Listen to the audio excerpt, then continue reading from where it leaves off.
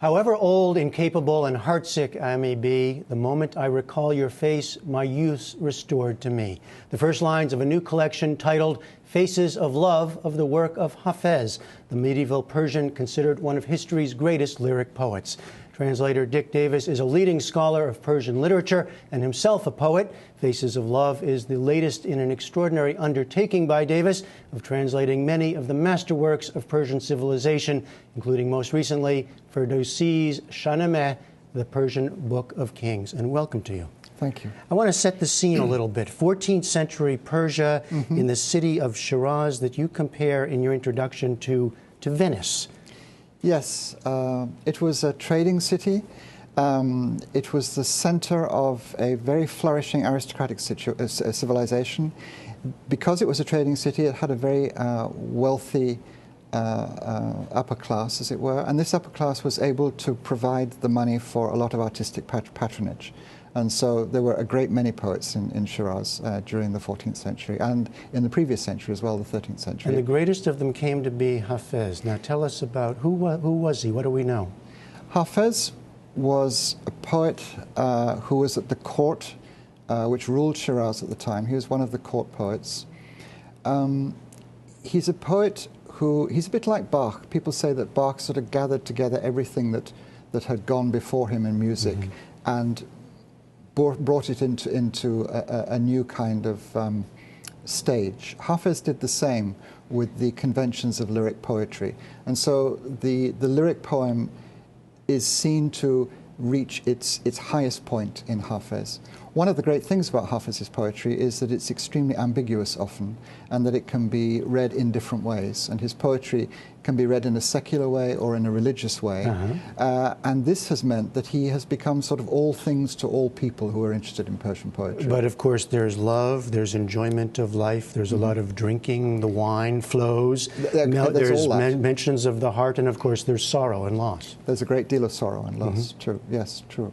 And wine is the thing that makes you forget the sorrow and loss. So if there are many ways of reading it, and you're the translator, you have to figure out how to put that into a language we can understand. That's the great problem with translating Hafez, that you have this constant ambiguity, and ambiguity is very difficult to transfer from one language to another.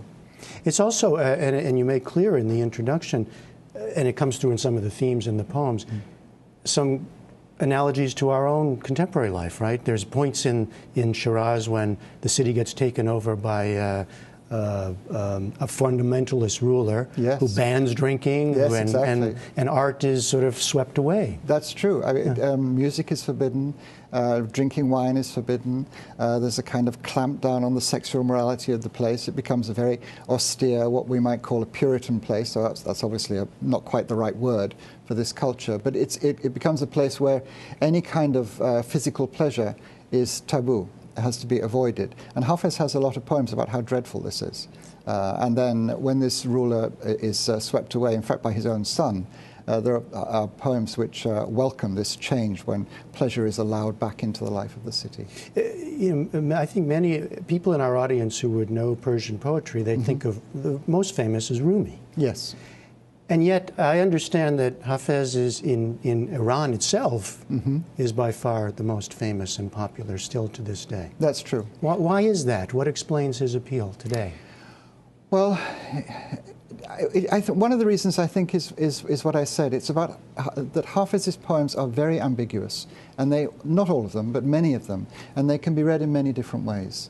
Another reason that Hafez is so popular, I think, is that he speaks to almost all the possibilities of one's emotional and intellectual life too, whereas Rumi speaks to one side of life, very emphatically, very strongly, very persuasively, and he has his own very strong following. And what role does he play in contemporary Iran? I mean, these are lines that are memorized by people, used all the time? Oh, he's absolutely canonic. I mean, he's like Shakespeare and Milton and Wordsworth and Tennyson rolled into one. Really? Yeah, he is the major great poet. And almost everybody who has any pretensions to an interest in poetry at all, which is most of the population in Iran, it's a very poetry-loving culture. Well, but see, explain that, because that is not the Iran that we usually talk about on a program like this, right? That is true. I'm aware of that. But different cultures seem to they put their energies into different arts at different times.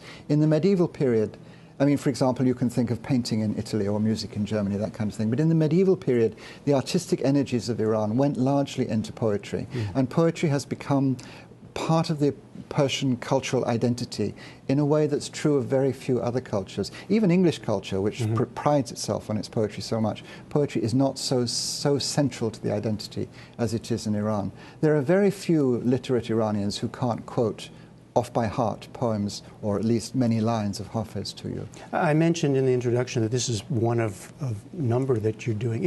I mean, it sort of feels like a mission that you're on. Is that a right way to do it? And if so, what is it that you're trying to convey, especially to a Western audience?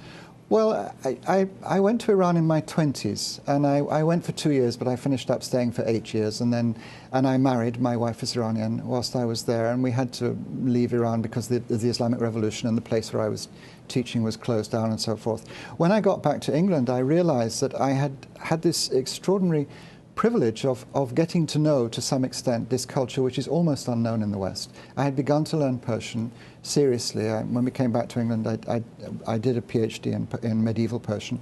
And I thought there is all this marvelous literature. And as you said at the beginning, I'm a poet myself. There's all this wonderful poetry, most of which is unknown in the West. Or if it's known in very obscure scholarly translations that very few people read. And I thought, I have the opportunity to bring something of this culture, which I really fell in love with, utterly. I had this opportunity to bring it over to a Western audience, and so that's what I've done with the past 30 years of my life, really. And I'm very happy to have done it. It's been a wonderful sort of odyssey, going from poet to poet. All right, well, the latest collection is Faces of Love. Dick Davis, thanks so much. Thank you.